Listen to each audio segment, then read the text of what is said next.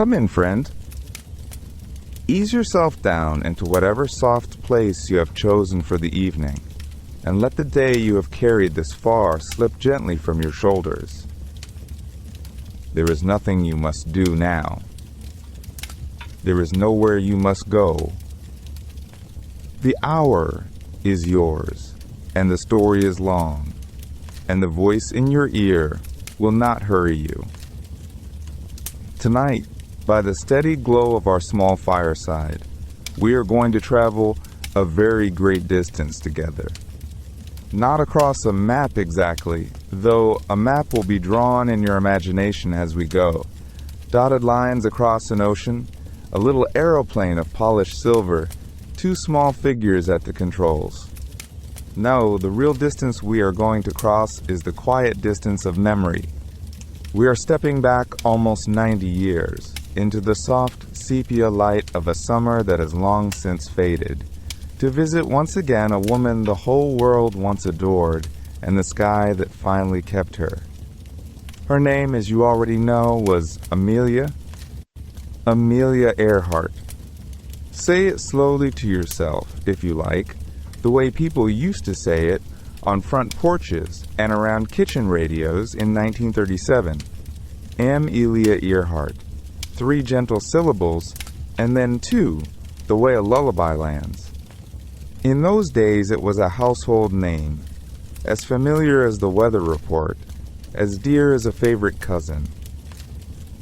Mothers pinned her newspaper photograph above the ironing board. Little girls cut paper wings and taped them to their cardigans. Farmers in Kansas, school teachers in Vermont, dock workers in San Francisco, all of them, in their own quiet ways, felt they knew her.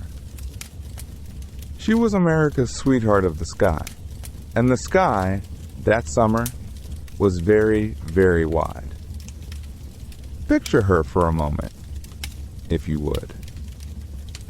A tall, slender woman, with short, wind-ruffled hair the color of winter straw. A gap between her front teeth that she never bothered to hide when she smiled. Freckles across the bridge of her nose. Trousers. When trousers on a woman were still something to be remarked upon.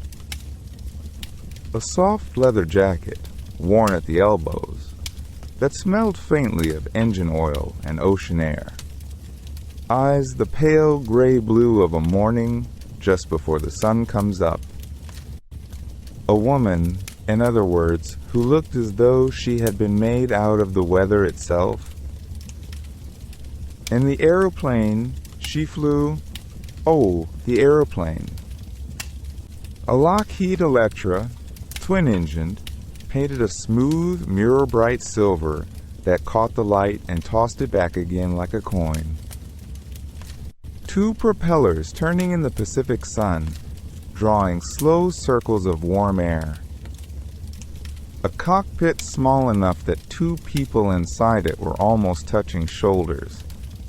A tail marked with the simple letters and numbers of her registration, so that anyone who happened to look up from a field or a fishing boat might say, "Ah, that one, that's her, that's Amelia," and wave and go back to their work. It is the summer of 1937. The world, though it does not yet fully know it, is leaning toward a great and terrible storm. In Europe, uneasy headlines. In Asia, soldiers on the move. But here, out over the Pacific, there is for the moment only the soft curve of the earth, and the blue, and the blue, and the blue.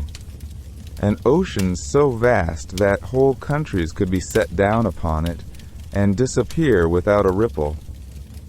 An ocean that on a good clear morning looks like a field of hammered silver, and on a bad night looks like nothing at all.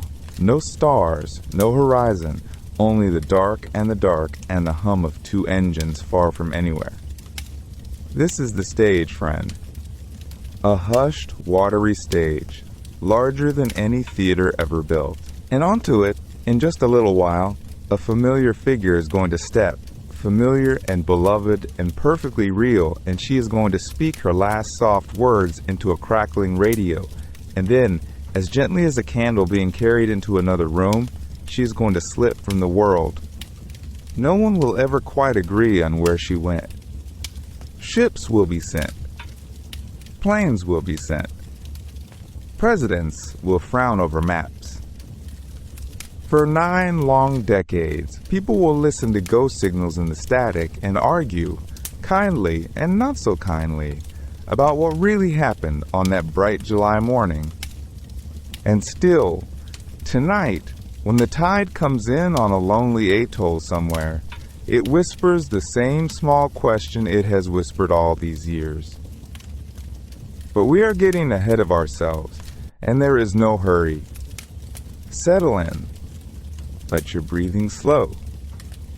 The fire is warm, the ocean is wide, and our Amelia is still here, still smiling her gap-toothed smile, still climbing into her silver aeroplane under a sky full of promise. Let us begin. Our story begins, as so many American stories do, on a summer afternoon in a small town you have probably never visited, in a state most people only cross on their way to somewhere else. Atchison, Kansas. The year is 1900, or thereabouts. The century is brand new, still smelling of fresh paint and possibility, and the Missouri River curls around the bluffs like a slow silver ribbon that has all the time in the world. Picture, if you would, a white clapboard house on a rise above that river. There is a wide front porch with a swing that creaks gently in the wind. There are lace curtains that lift and fall in the parlor windows like the breath of a sleeping cat. There is a grandfather, a judge named Alfred Otis, who comes home in the evening smelling of pipe tobacco and law books, and a grandmother who keeps peppermints in a glass dish on the sideboard. And somewhere on the grounds, usually where she is not supposed to be, there is a small girl with wheat-colored hair and freckles across the bridge of her nose, a girl the whole family calls Mealy. Amelia Mary Earhart, 7 years old, 8 years old, 9. Too tall for her dresses, too quick for her petticoats, a scraped knee under every hem. She keeps frogs in her pockets, which scandalizes the ants, and a small notebook in her pinafore, which pleases the judge. On the pages of that notebook, in careful looping cursive, she writes down the names of every newspaper article she finds about women doing interesting things. Women inventors. Women lawyers. Women who climbed mountains in long skirts and refused to apologize for any of it. She keeps this scrapbook under her bed, the way other children keep candy. Her little sister Muriel, whom everyone calls Pidge, follows her everywhere. Where Amelia goes, Pidge goes 2 steps behind, breathless, laughing, loyal. The two of them roam the Atchison Bluffs like a pair of small explorers charting an unmapped continent. They catch toads by the creek. They skid down hillsides on tin trays borrowed from the kitchen. They climb every tree they are forbidden to climb, and a few they are not, and Amelia always goes 1 branch higher than is strictly sensible. It is the year 1904 when the famous event happens. You may have heard the story. Amelia, just 7, is taken to the St. Louis World's Fair, and somewhere among the ragtime music and the electric lights and the Ferris wheel turning against the sky, she sees her first roller coaster. A great wooden beast, rattling and shrieking and wonderful. She watches it go round and round, the people on it screaming with a joy that sounds, to her small ears, suspiciously like flying. She goes home and she builds her own. She truly does. With the help of her uncle, who is either very indulgent or not paying close attention, she constructs a homemade coaster out of 2x4s propped against the roof of the family tool shed. She greases the track with lard from the pantry. She finds a wooden crate for a car. And then, because she is Amelia Earhart and already Amelia Earhart, she climbs up, she pushes off, and she launches herself down the rickety plank into the summer grass. The car flies off the track. The crate splits open. Amelia lands in a heap, her dress torn, her lip bleeding, her eyes shining like new pennies. Just like flying. Remember that sentence. Hold it warm in your mind like a stone pulled from a sunlit pocket. Because the whole of her life, the whole of everything that comes after, is already folded up inside those 4 small words, waiting. The sky above Atchison in those years is the enormous empty sky of the prairie. No airplanes yet. No contrails. Only hawks circling on the thermals and the long streaks of clouds the Kansans call horsetails. And, at night, a river of stars so bright and so thick you could almost reach up and stir them with a finger. Amelia lies on her back in the long grass of the yard. She puts her hands behind her head. That word has scarcely been invented. The Wright brothers have only just lifted their strange little crate of linen and wire a few feet above a beach in North Carolina, and the news of it is still traveling slowly, by train and by telegraph, across the wide hushed country. But she is watching. She is already watching. And the sky, in its patient way, is watching her back. The war ends, and the world exhales. Amelia is older now, not a girl with a sled, but a young woman with steady hands and restless thoughts, her hair pinned, her eyes the color of weather. She has tried many things in those in-between years. She has nursed wounded soldiers in Toronto during the final winters of the Great War, walking quiet hospital corridors where pilots in blue uniforms told her about loops and rolls and the strange, clean silence above the clouds. She has studied medicine for a little while and given it up. She has taken photographs.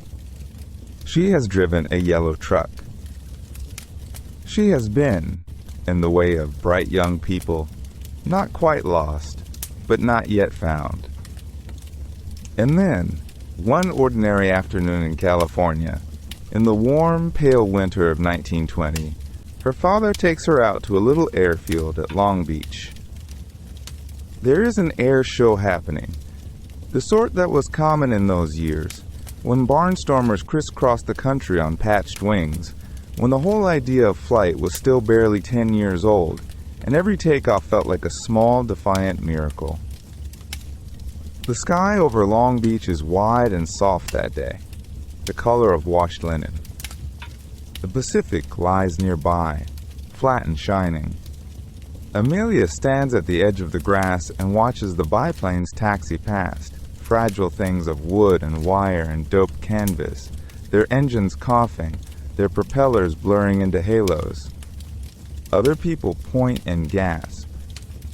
Amelia simply watches. Something in her is very still.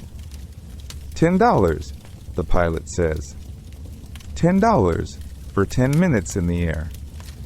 It is a great deal of money in 1920. It is, for her, everything in her pocket. She hands it over. They strap her into the forward cockpit of an open biplane. a little thing that smells of oil and leather and the sweet, bruised grass crushed beneath its wheels. The pilot, a man whose name the century will almost forget, climbs in behind her. The engine catches. The world begins to tremble. And then they are running across the field, and then the running softens, and then the ground simply lets go. There is a moment, she will say later, when she knew. Not thought. Knew. They were only a few hundred feet up, circling lazily over Long Beach, the ocean a pale ribbon to the west, the orange groves quilted below in neat dark rows. The wind pressed cold against her cheeks. The wires hummed a small song beside her ear. And somewhere inside her chest, a quiet door that had been closed her whole life opened and stayed open. When the biplane settles back onto the grass and the propeller ticks itself down to silence, Amelia climbs out carefully, as though she is carrying something fragile. She walks across the field to her father. She does not smile wildly. She does not shout. And so she does. She finds a teacher, a young woman named Netta Snook, the first female student ever admitted to the Curtis School of Aviation, a freckled, red-haired pilot with grease under her fingernails and laughter in her voice. Netta flies a battered old Canuck biplane out of Kinnerfield, and Amelia begins to ride the long trolley lines out to the airfield on weekends, her lunch wrapped in waxed paper, her notebook full of questions. She saves every dollar she can from working odd jobs: photographer, telephone clerk, truck driver. She buys a heavy brown leather flying coat and sleeps under it for 3 nights to soften its stiffness and make it look properly worn. She cuts her long hair, little by little, trimming it in secret before the mirror so her mother will not be shocked. An inch, then another, until it sits cropped and boyish at her jaw, the way the other lady flyers wear it. And on her 25th birthday, with money scraped together from family and work and hope, she buys her very first airplane, a small, bright, second-hand Kinner Airster, a single-seater the color of morning butter. She names it the Canary. It is tiny, temperamental, and entirely hers. She flies it up into the California air, above the dust and the orange groves and the shining Pacific, and the little yellow plane climbs and climbs, a moving scrap of sunlight against the blue. Down on the ground, the world keeps being the world. But up there, in the humming hush above the clouds, Amelia Earhart is finally, completely, unmistakably home. From that first yellow plane, the years roll forward like a slow tide, and the small pilot with the short fair hair keeps climbing. She flies in little open cockpits over the orange groves and the long, dry valleys, and she saves her coins, and she breaks quiet records that only the other flyers really notice. She sets a women's altitude mark of 14,000 feet in a borrowed Kinner Airster, wraps herself in scarves against the cold, and comes down again to a world that has not yet learned her name. Then, in the spring of 1928, a telephone rings in Boston. On the other end of the line is a man who has been looking, quietly, for a particular kind of woman. A woman who can fly. A woman who looks, as the newspapers might put it, the part. Someone has decided that a female passenger should cross the Atlantic Ocean in an airplane, and that this passenger should be American and capable and photogenic and brave. Amelia listens.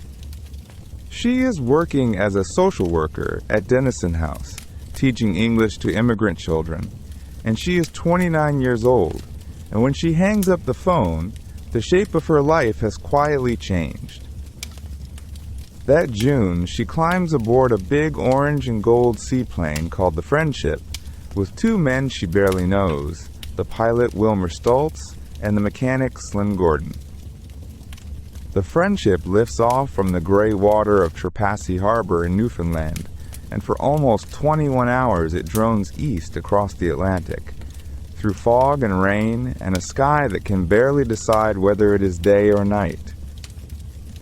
Amelia sits in the cabin with a notebook on her knees, keeping the flight log, watching the gauges, and trying to be useful. She does not touch the controls. She will say so, again and again, for the rest of her life. "I was just baggage," she will tell reporters, embarrassed. The Friendship sets down off the coast of Wales, in a little harbor at Buryport, and when the hatch opens, the world is already waiting. Flashbulbs, shouting, strangers leaning over the gunwales to see her. Someone calls her Lady Lindy after Limburg, and the name sticks like a burr. Overnight, in ways she never asked for, Amelia Earhart belongs to everyone but herself. So she makes herself a promise, quietly, in the long train rides and the endless hotel rooms. If the world is going to call her a pilot, she will be one. Truly. On her own. 4 summers later, on a May evening in 1932, she is back in Newfoundland, and this time she is alone. Her plane is a single-engine Lockheed Vega, red as a ripe apple, polished until its skin catches every lantern in the hangar. She wears a leather jacket, jodhpurs, a thermos of soup tucked near her seat. At a little after 7 in the evening, she bumps down the grass runway at Harbor Grace, noses up, and turns the red Vega out over the black Atlantic, aiming for Paris. The night does not cooperate. Ice crusts the wings and sends the Vega dropping toward the sea until she can see the white caps and smell the salt. A crack opens in the exhaust manifold and a thin ribbon of flame flickers in the dark beside her. The altimeter fails. Still she flies, hour after hour, one small red plane over one enormous ocean, her gloved hands steady on the yoke, her breath visible in the cold. Dawn comes up gray and slow. Below her is green, not the green of France, but the softer, older green of Ireland. She is off course and running low on fuel, and she does the only sensible thing a tired pilot can do. She looks for a pasture. She finds one at Colmore, near Derry. The Vega rolls to a stop in long wet grass, and the engine ticks, and the silence that follows is so deep, it feels like a held breath. A herd of cows lifts their heads and stares at her, unimpressed. From a stone farmhouse, a man walks out in his shirt sleeves, shading his eyes. He asks, politely. "From America," she says. He considers this. Then he invites her inside for tea. Behind them, the red Vega cools in the Irish field. Ahead of her, the whole century is waiting, with its microphones and parades and long white envelopes. But for one small morning, she is only a tired woman in a borrowed pasture, warm tea in her hands, cows in the doorway, the Atlantic behind her, like a dream she has already half forgotten. The pasture fades the way all quiet mornings fade, folding itself back into memory like a letter slipped between the pages of a book. By the time she steps off the boat in Southampton, and then again onto the pier in New York, the world has already begun to rearrange itself around her. Ticker tape drifts down from high windows like slow paper snow. A brass band plays something bright and a little out of tune. Somewhere in the crowd, a child is lifted onto a father's shoulders and waves a small flag she will remember decades later without quite knowing why. And so begins the long, warm season of Amelia. From 1932 onward, she is everywhere and nowhere, the way certain faces become more like weather than people. She is on the cover of magazines at drugstore counters, beside bottles of cold cream and tins of pipe tobacco, her tousled hair caught mid-breeze by some photographer who has asked her, kindly, to look just slightly into the distance. She is on cereal boxes in bright kitchens, where small boys and smaller girls sound out her name over milk and morning light. She is on postage stamps and lecture posters, on the side of a traveling trunk in a department store window, on the lips of radio announcers who have learned to say Earhart the way one says a prayer for safe travel. There is a softness to her fame that feels almost accidental. She does not strut. She does not preen. When the newsreels find her, she is often mid-laugh, a little embarrassed, a hand half raised as if waving away the attention itself. Her suits are plain and well made. Her shoes are sensible. She speaks in that calm, low voice of hers that seems to come from somewhere just behind the heart, as if she is telling you a secret she has kept for you for a long time. In the White House, on certain evenings, the lamps are lit early. Eleanor Roosevelt, a woman used to men who talk too much, leans across a tea table and asks her, quite seriously, what it is like up there, above the clouds. Amelia smiles that quiet smile and tries to explain the way the light changes at altitude, the way the rivers below become silver threads, the way the world grows smaller and more forgivable the higher you climb. Outside, the Washington magnolias are heavy with spring. Inside, two women who will never quite fit the centuries they were born into talk long past the hour when the tea has gone cold. She takes Eleanor flying one night in her evening gloves over the Potomac.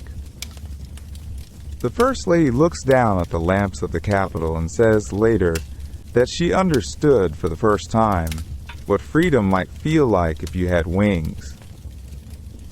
At Purdue, in the soft Indiana afternoons, Amelia walks the long halls as a visiting counselor to women students.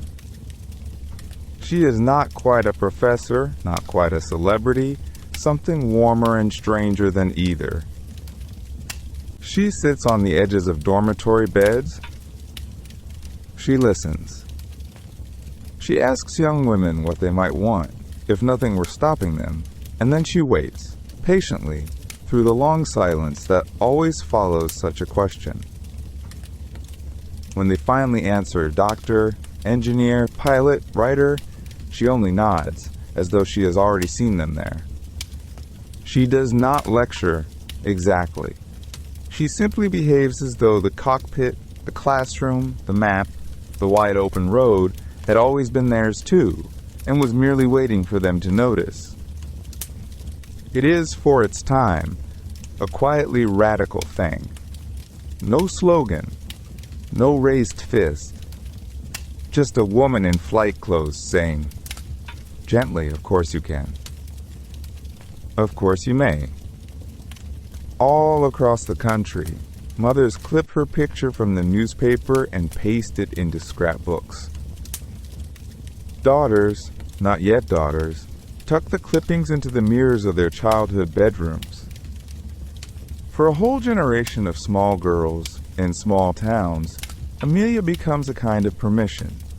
Permission to want the sky, or the sea, or simply a life a little larger than the one that had been laid out for them at birth. And through all of this, the cereal boxes, the tea rooms, the lecture halls. She remains, somehow, that same tired woman in the borrowed pasture, warm cup in her hands, watching the cows drift past the barn door. Fame has not hardened her. It has only lent her a larger quiet. Outside her window, the American years of the middle 1930s go by like pages turned softly in a bedside book. And somewhere, already, the silver Electra is being built, rivet by rivet, in a sunlit hangar in Burbank, waiting patiently for her to come and find it. In Burbank, the light falls the way it always falls in Southern California in the middle of the 1930s. Generous, unhurried, the color of warm honey pooled across a wooden floor. Inside a hangar, whose great doors stand rolled open to the afternoon, men in coveralls move around a gleaming shape the way monks once moved around an altar. They are building the Lockheed Model 10E Electra, and she is beautiful. She is not a large airplane, really. You could walk from her nose to her tail in a dozen slow paces. But she has a presence, the way certain quiet horses do. Her skin is bare polished aluminum, buffed until she reflects the hangar lights, as softly as a still pond reflects the evening sky. 2 engines ride on her wings like patient animals folded at rest. Her twin tail fins rise at the back in that elegant, slightly tilted way, as if she is always listening for something far off. When the wind moves through the open hangar, you can almost hear her humming to herself. Purdue University has helped to buy her. The school has given Amelia a title, Counselor in Careers for Women, and a promise, and the better part of $80,000, which in 1936 is nearly a small fortune. They call the airplane her flying laboratory. It is a tender phrase. It suggests that what she will do aboard this aircraft is not daredevilry but study, patient and careful, the way a botanist studies a quiet field. And perhaps that is true. Perhaps it is true of all her flying. She has always been, underneath the headlines, a student of the sky. For a navigator on the long journey she is already imagining, she chooses a man named Fred Noonan. He is lean and soft-spoken, with pale eyes that have spent a great many nights staring up at stars over open water. For years he flew with Pan American Airways, helping to lay down the great flying boat routes across the Pacific. Alameda to Honolulu, Honolulu to Midway, Midway to Wake, Wake to Guam, Guam to Manila. Pearls strung on a thread of sextant readings and dead reckoning. He has written manuals on celestial navigation. He has crossed the Pacific so many times that the constellations over it must feel to him like the faces of old neighbors. If anyone in America can find a small island in a very large ocean, it is Fred Noonan. Together, at kitchen tables and on hangar floors, they begin to unfold the plan. A chart of the world is spread out, its blues and greens softened by lamplight. Amelia's finger traces a line that curves almost all the way around the belly of the Earth, following the equator as closely as the continents will allow. 29,000 miles. No one has tried it before, not like this. Not a flight that hugs the hot middle of the world, where the nights are short and the storms rise like towers. Others have gone around, yes, but nearer the poles, along shorter, cooler routes. This one will be the longest, the most generous, the most demanding. She reads the names aloud, slowly, as if tasting them. Miami, San Juan, Carapito, Paramaribo, Natal, St. Louis, Dakar, Gao, Khartoum, Massawa, Karachi, Calcutta, Rangoon, Bangkok, Singapore, Bandung, Darwin, Leh. And then past Leh, the Great Blue Pause, the Pacific. An ocean so wide that from certain angles it looks less like a sea and more like the dark side of the planet.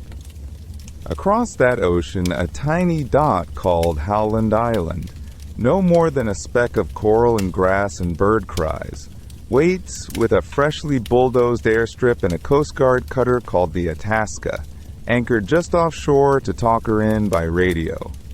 None of this is reckless when you look at it closely. It is only very, very ambitious. It is a woman and her quiet friend and her silver airplane, and an enormous map, and a list of fuel depots being arranged in ports half a world away. It is weather reports and shortwave frequencies and little tins of emergency rations. It is nights spent fitting extra fuel tanks into the Electra's cabin so that her belly becomes, in a sense, one great gentle lung of gasoline, breathing her onward from island to island. And above it all, behind Amelia's calm smile in the photographs from that winter, there is something almost like peace. She has found, at last, a voyage large enough to hold the whole of her restlessness, a single, long, slow circle drawn softly around the sleeping world. And so, on a soft morning in the late spring of 1937, the silver Electra lifts once more from the runway at Oakland, and the long, slow circle begins in earnest. The sky over California is that particular, patient blue that seems to hold a breath for her, and below, the bay spreads out like hammered pewter, dotted with the small white sails of boats that will never know how far she is going. She turns the nose east this time, east, the way the sun walks, and lets the continent unroll beneath the wing like a quilt being carefully smoothed across a bed. Miami meets her with the smell of salt and jasmine, with palms leaning like listening neighbors over the edge of the field. She rests there a little while, tinkering, checking, writing a few quiet letters home, and then the Electra lifts again into a sky warm as bathwater, and the turquoise shallows of the Caribbean slide beneath her. San Juan passes in a blur of red rooftops and white surf. Over Venezuela the rivers branch like the veins in a sleeping hand, and somewhere below, she knows, small villages are looking up at the faint silver cross of her passing, wondering what distant life sent it across their sky. Brazil comes to her in green upon green upon green. Natal, on the shoulder of the continent, greets her with her runway warm enough to feel through the soles of her shoes, and the air smells of coffee and rain and something sweet that has no name in English. From there she crosses the Atlantic, that patient, glittering Atlantic, in a single, long, humming afternoon, the engines steady as a lullaby, the ocean below wrinkling and smoothing, like a great blue blanket shaken gently in the hands of the wind. And then Africa, Senegal, the red dust that rises softly behind her wheels. Men in white robes that move like slow sails across the field. She follows the land eastward through places whose names feel like small songs. Gao, Fort Lamy, El Fasher, Khartoum, stopping at airstrips pressed out of the desert by hopeful hands, where children in the early evening run along the edge of the runway to watch her land, their shadows long and thin as reeds. In Khartoum, the Nile is a silver ribbon laid down by a careful god, and she sleeps that night with the window open to the low calling of doves. Across the Red Sea, across the shimmering brown of Arabia, where the dunes rise and fall as if the earth itself were breathing slowly in its sleep, Karachi welcomes her with monsoon clouds piled like soft gray cathedrals on the horizon, and suddenly the air is full of the green smell of rice fields and the slow toll of distant bells. Calcutta. Rangoon, where the pagodas catch the last of the sun and hold it, gold and trembling, above the trees. Bangkok. And everywhere, the same gentle ritual. The wheels touching down, the engines sighing into stillness, the curious villagers gathering at a respectful distance, the warm handshake of some local official, the small clean room with a fan turning overhead, the sleep that comes quickly and deeply and smells faintly of aviation fuel and faraway flowers. Singapore. Bandung. Surabaya. The Electra moves now through a part of the world stitched together by water, by islands, by green volcanoes rising out of the sea like the backs of sleeping animals. Amelia flies low sometimes, just to watch the reefs slip past beneath the wing, pale turquoise shoals opening into deep cobalt, then closing again, like pages in a very old book of blues. She lands at Darwin, where the Australian sun is a kind, slow-blinking eye, and where the mechanics speak to her softly, as if she were a tired traveler being shown to her room. And then, at last, lay New Guinea. A strip of crushed coral pressed between the jungle and the sea, where the air is heavy with the green breath of 1,000 unnamed leaves.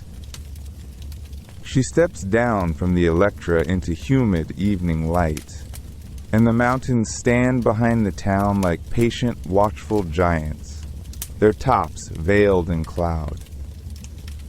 22,000 miles are behind her now.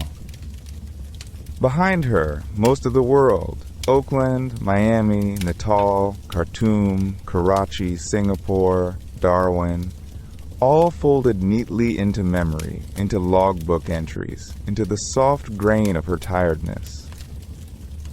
Ahead of her lies only one leg more. Only the Pacific, wide as forgetting, and a small island called Howland, waiting somewhere, and it's blue. She rests at Leh. She sleeps in that last calm harbor, while the Electra cools quietly in the dark, and the long circle around the sleeping world waits, with its breath held, to be closed. Morning comes softly to Leh, the way mornings come at the edge of the world, a slow bluing of the sky, the smell of wet earth and aviation fuel mingling on the runway, and the Electra waiting in the half-light like a silver moth that has decided, after long thought, to fly. She walks out to it in her familiar leather jacket, her hair tucked beneath a soft cap, Fred Noonan beside her, with his charts folded neatly under one arm. The plane is heavy this morning. Heavier than she has ever flown it.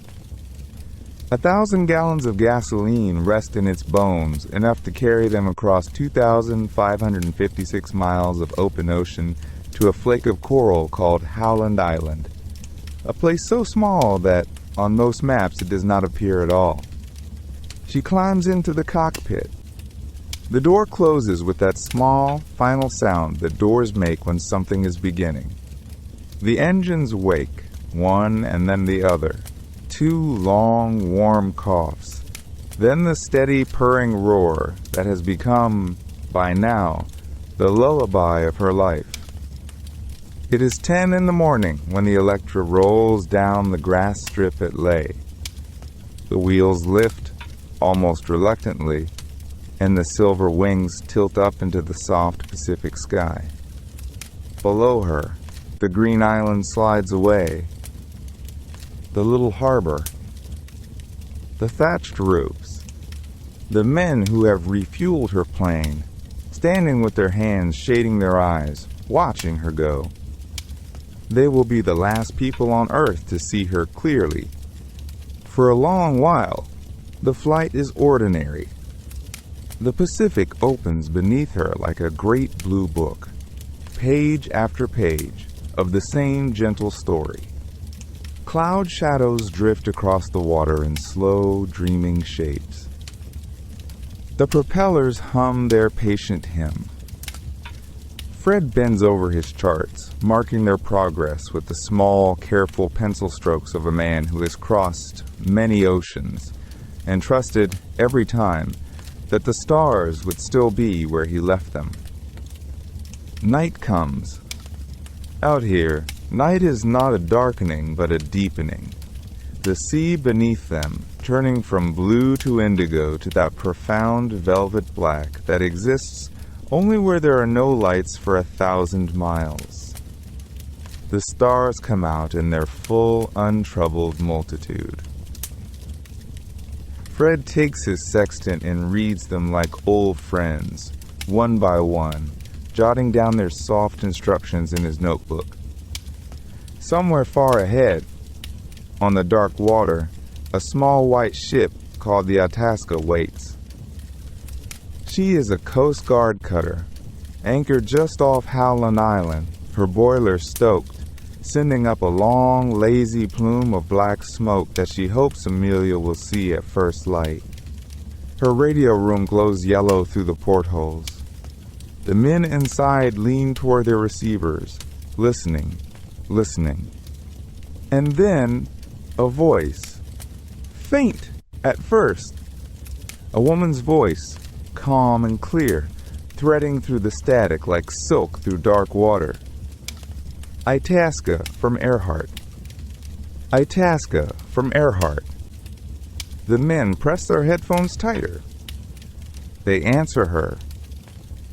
They call her name into the night. But she does not seem to hear them. Her voice comes again, a little later, a little fainter. She is somewhere out there in the dawn, looking for them. They are here. They cannot reach her.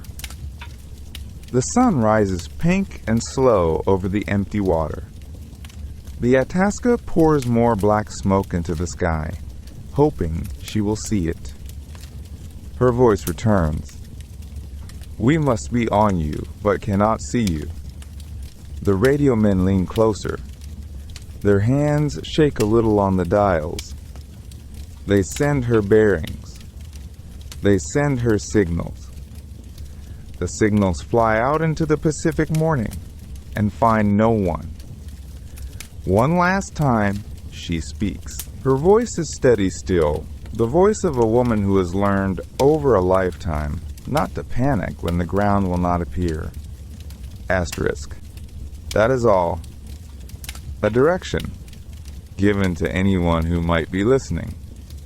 A line drawn in the air above an ocean that does not keep lines. And then the radio goes quiet. Not with a cry, not with a crash, just quiet. The way a candle goes quiet when the wind takes it. The men aboard the Itasca wait, and call her name into a sky that has nothing left to say. Out there, somewhere over the warming Pacific, the silver Lockheed Electra is still flying. She is at her controls. Fred is at his charts. The sea is below them, blue and patient and enormous. And though no one on Earth knows where they are still, for a little while longer, alive in the morning, alive in the air, two small heartbeats moving through the immense and listening blue. And then, slowly, the silence arrives. It does not arrive all at once. It arrives the way tide arrives. First a hush, then a waiting, then the quiet understanding that the sea has kept something that was not meant to be kept. On Howland Island, the men of the Itasca stand at their radios with their headphones pressed close, listening for a voice that was there only moments ago. They call her name into the static. They call, and they call, and the static answers in its soft electric rain. By afternoon, the message has left the lonely cutter and traveled up through the chain of command until it reaches the desk of the president himself. And Franklin Roosevelt, who has been her friend, gives the only order he can give. Find her. Find her at any cost. What follows is the largest sea search the world has ever seen. 9 naval ships are turned loose upon the Pacific. The battleship Colorado, the aircraft carrier Lexington with its great flat deck and its 62 seaplanes aloft like slow white moths, destroyers and minesweepers, and a Coast Guard cutter, sweeping 250,000 square miles of ocean in patient, overlapping circles. They search for 16 days. They look down into water so deep and so blue that looking into it is like looking into the night sky upside down. They find driftwood. They find a weathered coconut. They find the long green backs of sleeping whales. They do not find her. And when at last the ships turn homeward, low on fuel and heavy with sorrow, the ocean closes behind them like a door in a dream, and Amelia Earhart passes gently out of the world of facts and into the longer, softer country of theory. There, in that country, she has lived ever since. The first theory is the simplest, and the saddest, and perhaps the truest. They ran out of fuel. The Electra, with her bright empty tanks, settled onto the swells and then slipped beneath them, and now rests somewhere on the abyssal floor near Howland, in a darkness older than any human name, tended only by blind fish and slow drifting snow of the deep. Crashed and sank, the searchers whispered. Crashed and sank. But the heart is not always willing to accept the simplest answer.